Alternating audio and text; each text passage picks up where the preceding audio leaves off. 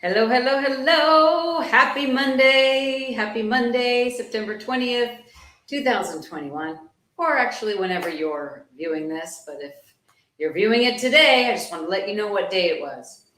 Hello, everybody on Instagram out there and on Facebook and StreamYard or wherever the heck this is all being broadcasted. So, do you have a body? Hi.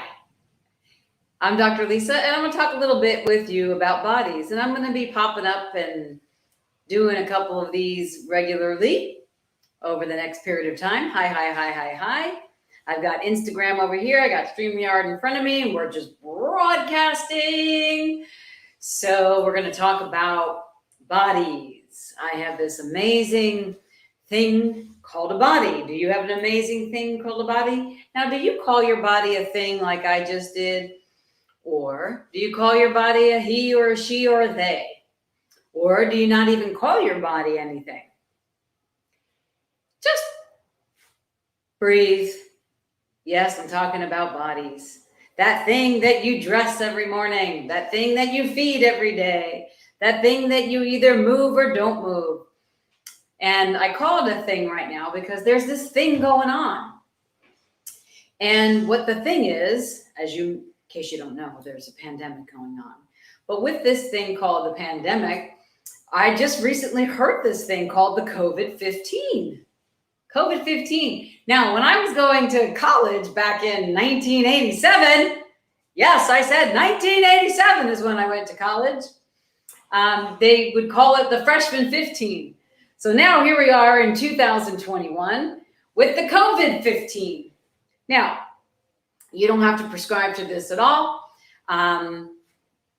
Perhaps what I'm going to be talking to you about this COVID-15 and some other things about your body may not fit for you, but perhaps it will. If you didn't even know you had a body until I started talking, or you haven't thought about it in a while, I'm speaking to you. Bodies is on my mind right now for a number of reasons. One is I'm in the process of writing a new book, even though another book just came out recently called The Body of Change. And I've spoken about this for those of you that are just meeting me for the first time. This is the first time you might be hearing about this, but I've spoken about The Body of Change for a number of years. And it's finally coming out, and reviewing chapters and creating chapters and all this kind of fun stuff. So I hope, in the next 2 months, I'll be in the editing stages to move it forward. However, it will be out in the world, published at some point. I just don't know when, targeting toward the end of this year. However, if you look at like some pictures of me on YouTube or Facebook from 5, 6, 7 years ago, you'll see a different body. Same face, just a little happier, a little wiser. But a different body for sure than what I had back then and what I let my body morph into. And what I've been noticing, it's actually a perfect time over the last, particularly 6 months, where I've put a lot of effort into this Body of Change book and are creating a lot of coursework and Zoom calls, including this Facebook Live, and also on my radio show, discussion about bodies.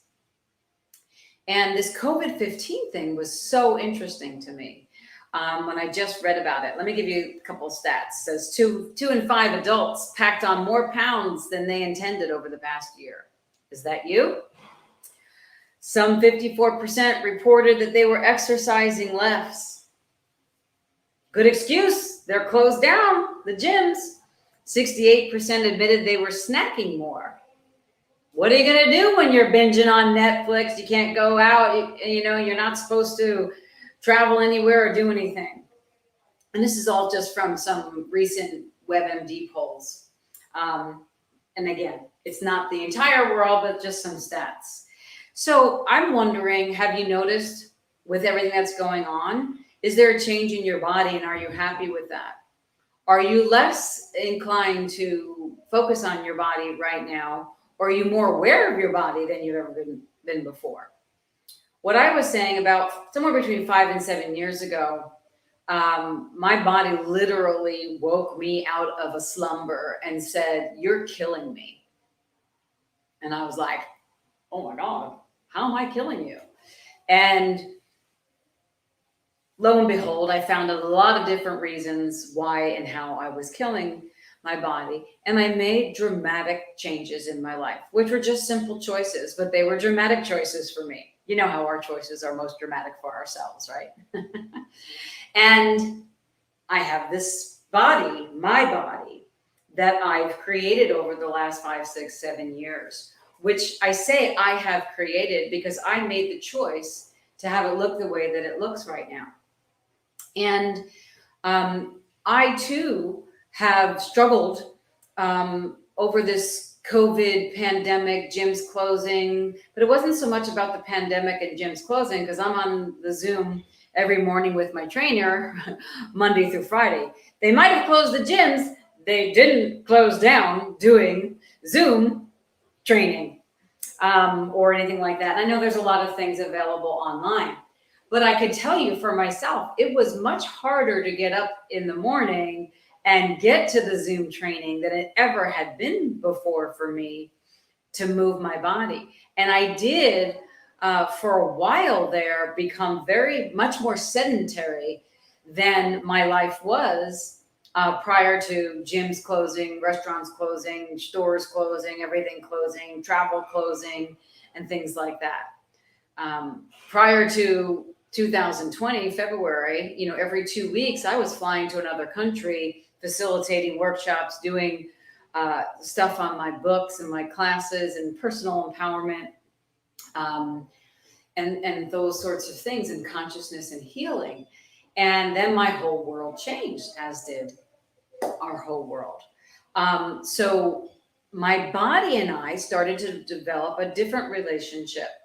First, when the pandemic occurred, I was out there still before, because here in Texas, when the pandemic first started, you'd actually get in trouble and someone would report you if you were, with another person. It was crazy. Maybe that's how it was where you come from too. But my trainer and I met very early in the morning, 5 a.m., 4:30 a.m., when it was too dark for anybody to see. And we worked out, and that was really, really great. And then there was this year, it was a little harder, even though I was on Zoom with him. And I noticed that I was sitting more toward the end of the day and being more sedentary in certain ways. And while I was still exercising, I wasn't getting the same lift energetically, physically. I wasn't experiencing the same changes. My clothes started feeling different. I was allowing myself more sugars, and I don't limit myself with anything. If my body wants it, this is part of my own healing, I give it to my body. I just don't give it supersize. I don't need supersize. I can't even fit supersize. I can't even fit small in one sitting any longer. And I used to fit supersize in every sitting. My body has changed, and I've learned to use food more as a homeopathic. Sometimes I can order, a big plate, go to the restaurant, and it just comes in what it comes. And 2, 3, 4 bites, food is a homeopathic. I'm full and I'm done. So I share a lot of plates. That's just become my world. And it's not that I'm starving myself. Why am I bringing this up to you?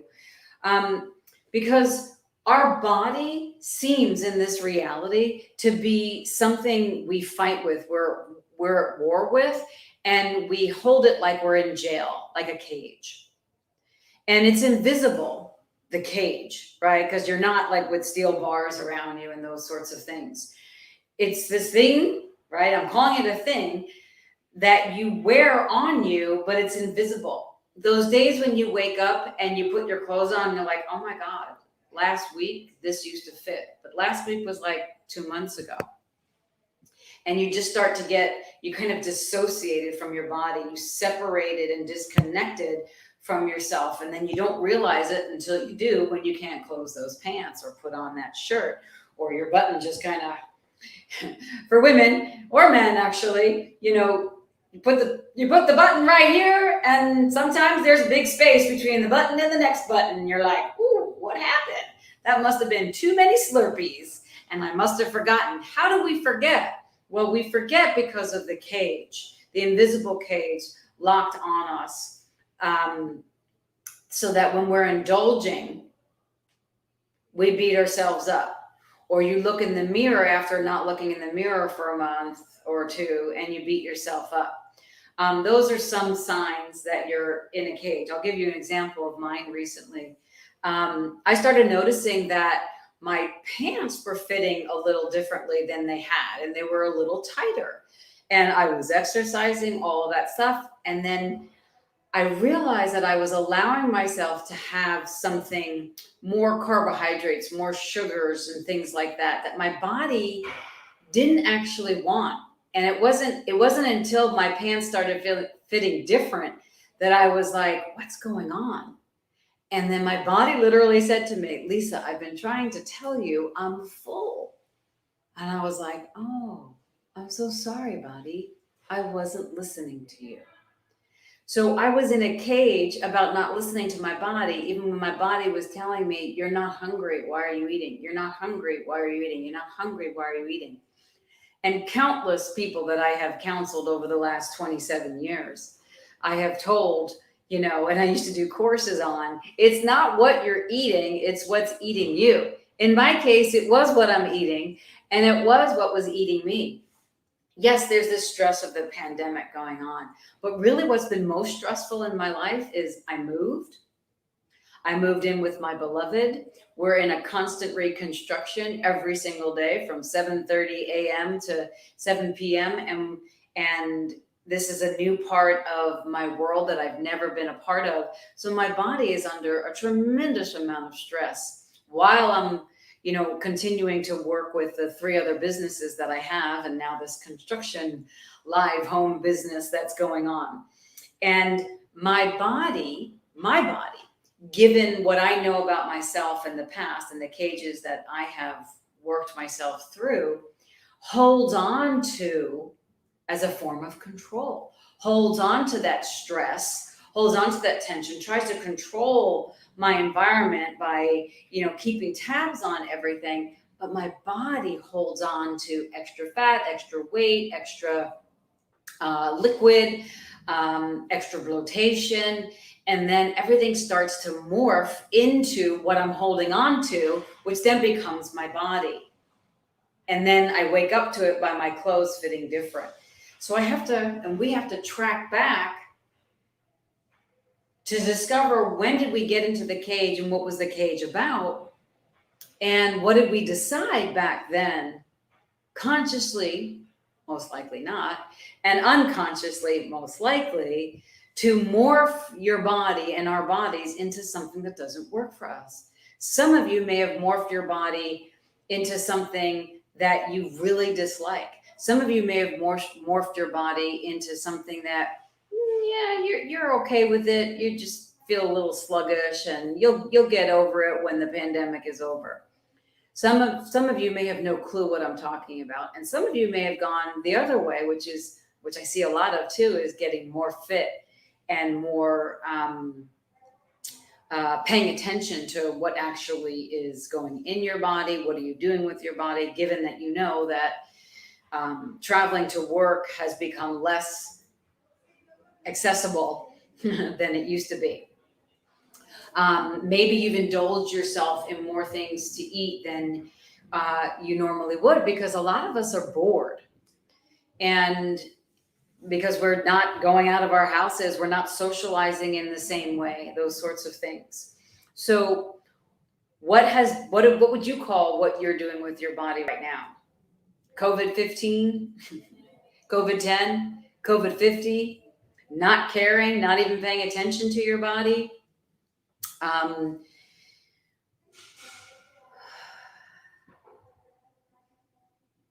Just looking at the comments and seeing if anybody has any questions or anything like that, any comments. Um, I like to have more ease with my body and not eat unless it really wants me to. Well, this is something that I know really well. When I first woke up to changing my body, let me tell you about this. I grew up in a family where the joke was Mrs. Cooney would make a meatball with 1 pound of meat. And you never just had one, right? Because they were so damn good. You know, I came from a family style Italian. I may look Irish, but my mama was Italian. And she would cook the lasagnas and the pastas and the pizzas and the good old New York pizzas. Still, I'm looking for that. Um, and I loved it, and I loved food, but then it became something I used against me. I used to uh, handle the boredom. I used to actually be at war with myself. I actually used food at one point to hate myself. All those things were my cages with my body. None of them were me, but it was what I believed to be true. And then I morphed my body into those beliefs. So if I hated myself, I would eat more, so I would hate myself more.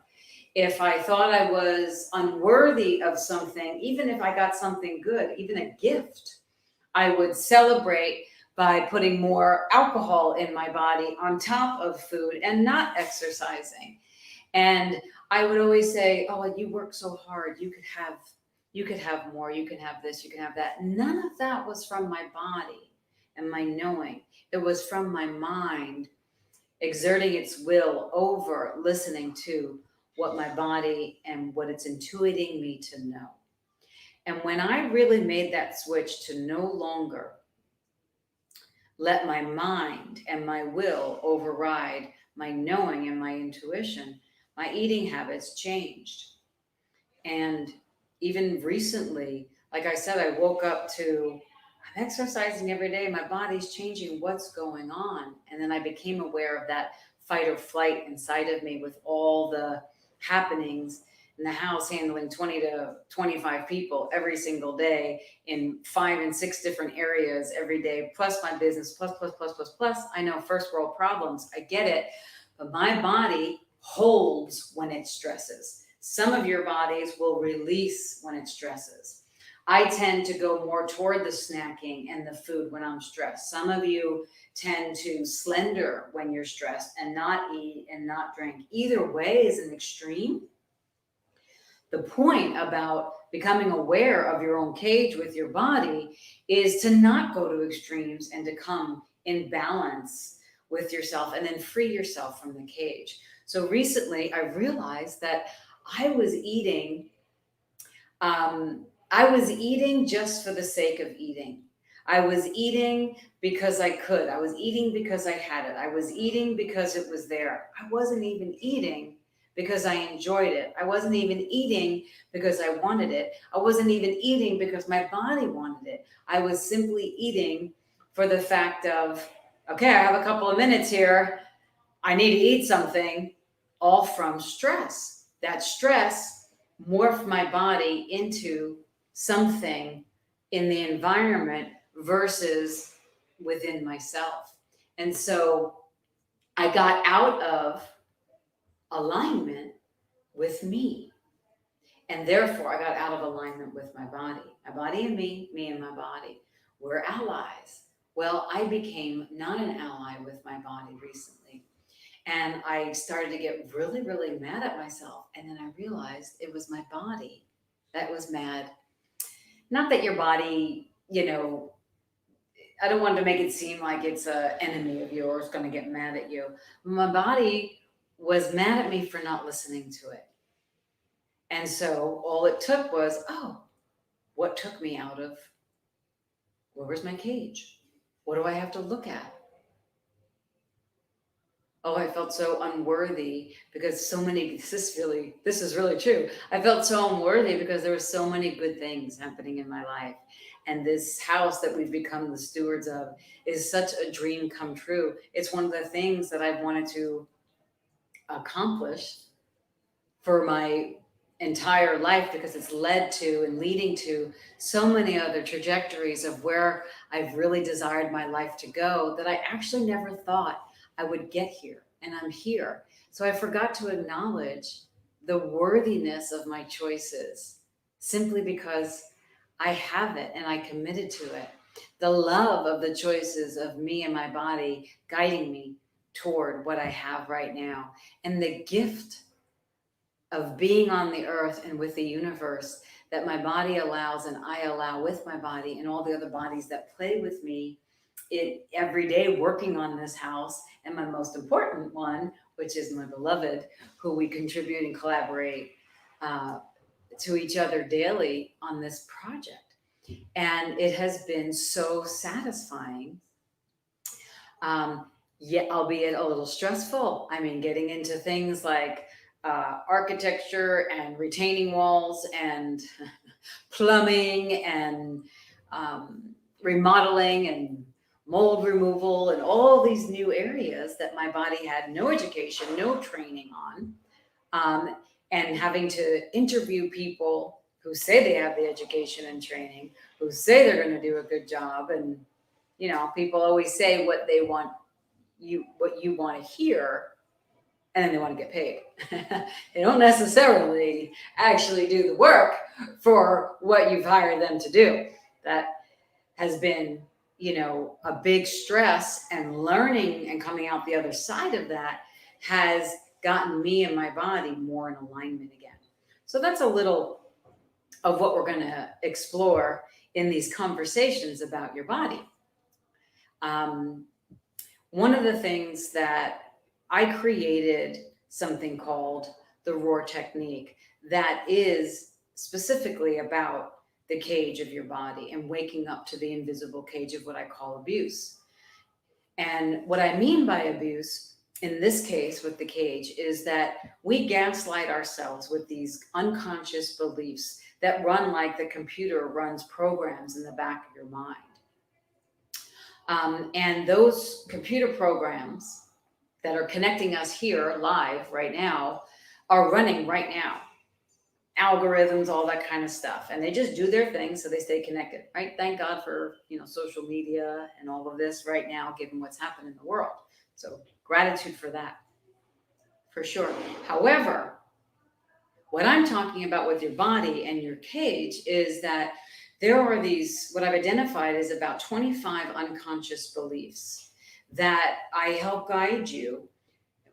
It helped guided me to consciousness, essentially, from the unconscious to the conscious.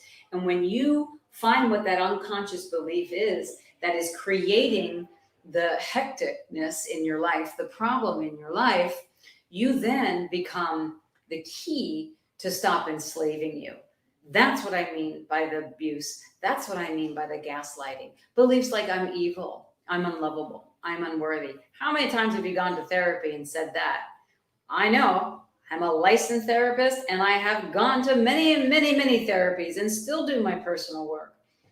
And there are still times that I feel unlovable, feel unworthy, feel like a shame that I'm a mistake and I should be doing more, should. None of that is really true, but it's the mind, the cage that I've locked myself into, which then informs my body to mold itself into the cage of the belief. So upcoming, I'm going to do this whole series called Cage Talks, which is unlocking you from those unconscious beliefs. And they're going to be in all different areas about money, health, and relationships, because that's what we kind of mutilate our bodies into and morph our bodies into based on our relationship, based on our bodies and the bodies we hang around, based on our health. And we're going to explore this in Cage Talk. How to know if your body is in a cage, how to know if your relationship is in a cage, how to know if your money is in a cage, how to know what the benefit to you not changing the same issues that you've gone to therapy about for the last 20 or 40 years. You've made lateral moves, you made great moves, congratulations, and it's still there. Well, it's still there, likely because you haven't gone to the weed and plucked that and then unlocked yourself from that cage, which then takes it off of your body. And then you experience the freeness and the fullness of the expression of the embodiment you truly be. And then it's not about indulging in something yummy. It's simply saying, oh, my body would really love something yummy. It's not about feeling guilty for eating the chocolate cake or the pizza. It's about my body would like this and I'm going to have it until I'm complete. And that doesn't mean that I need to finish it. It's about putting your clothes on and making them, or not allowing them to feel so beautiful on your body instead of, well, in my case, sometimes I would say that I felt like a stuffed sausage or a sardine in a can in my clothes. And now it's very important for me to be in relationship with and collaboration with my body, my clothes, my health, my being, my money, my business, my relationships as it relates to my body. And I'm no longer willing to live in a cage.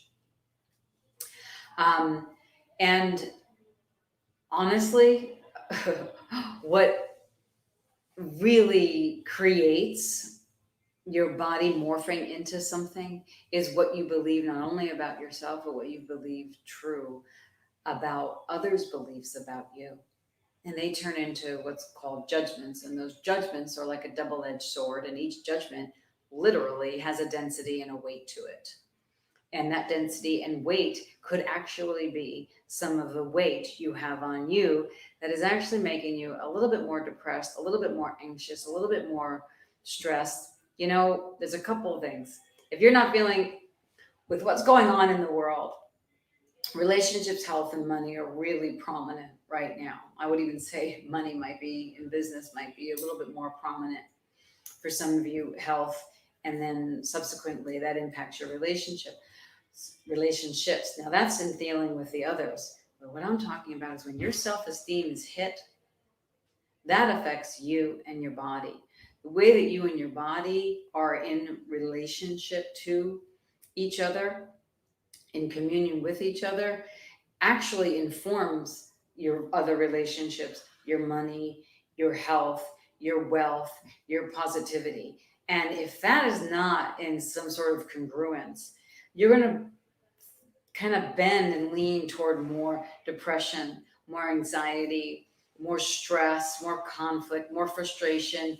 You know, when you complain, you'll remain wherever you are. When you praise in gratitude, you will elevate yourself to where you actually wish to be. And I know for myself in recent months, really recent months, when I moved and I'm out of my whole, I had all my, you know, my hair place, my nail place, my this, that, the other, all the things, the creatures of comfort, right? And I know no one here, I know nothing here, and doing everything different. You know, not even my cryotherapy. You can't even go get my IVs the way I used to get them. Don't worry, everybody. Why do I get IVs? No, I'm not sick. I do it to keep well. My body loves liquid IV vitamins pretty regularly, and they just come to the house. Very simple. But at first, it brought me so much stress not having the ability with such ease to take care of my body. And so that got my body into a cage like, well, I'm not important enough to take care of myself in the same way anymore because this has become more important. And so then I had to search for what the unconscious belief of that was, to not act on what I knew would take care of the quote unquote problem. And a lot of times when we're in a cage, we try to figure it out with our mind instead of taking the action necessary. It just takes a 1 degree shift. That 1 degree shift could be in your mind. Changing the way you look at things will change the way you actually do things and look at things. And becoming aware of the unconscious belief can unlock you from the cage that you're currently in with your body and really change your outlook on life.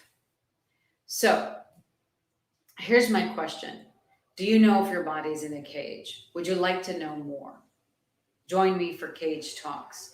You can go to www.drlisacooney.com for information about uncaging your body. You could also go to drlisacooney.com to perhaps sign up for the mailing list if you'd like to get more information about what I'm doing. We do have 19 different people working in 11 different languages in my business. I'm very proud to say that. It's been a labor of love creating that. And where some languages are booming more than others. So it's not just English, predominantly English and Spanish first and foremost, because I live here in America and in Mexico now. So predominantly we will have everything, and even the advertisements and social media will be in English and Spanish. And but you can check for your language at www.drlisacooney.com or customer care at drlisacooney.com. And we're looking for some languages to boom more. And, at least we have a very, very small minimum that we like to meet for all the languages that we have available. And that's just 11 people, 11 participants. So 11 participants in newsletter, no problem, mailing list. 11 participants, on a Zoom call, on my free Raw and Real radio show on Wednesdays, no problem. And if books are more your thing, take a look at what we're doing with these author readings. And I just have a new book out right behind me in English and Spanish, Creating After Abuse. I'm very proud of that. And I wanted to share something else with you about this. And let's see if I can find it here. Well, essentially, this book is about creating after abuse. It's kind of like, what do you do when you've tried everything? And that's the theme of that book. Okay, so I hope this was a contribution to you. Thank you for joining me here. You're going to see more and more and more of these things.